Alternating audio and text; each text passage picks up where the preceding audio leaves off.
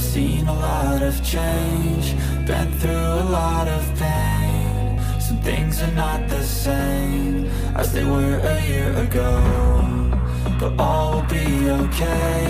I move on each and every day. The past is where it stays. Way back a year ago. Welcome!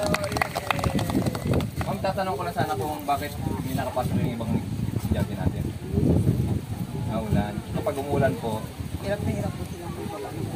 Kasi karamihan dito po hindi makapasok din nasa taas. gano'n. So, ano pa mga ibang mga problema nila na kinakarap ng estudyante natin dito? Pagkain po. Number one, pagkain. Tapos, Daanan po. Bakit po grade 1 lang? kasi ma'am, kaya grade 1 yung pinili namin. Ma'am. Kasi yun yung pinakaunang ano nila, pagtungtong nila sa elementary, diba? Para ganahan silang pumasok sa eskwela. Kasi pag bago yung, karami ng mga estudyante natin, kapag bago yung mga gamit nila, ginaganahan silang pumasok sa eskwela.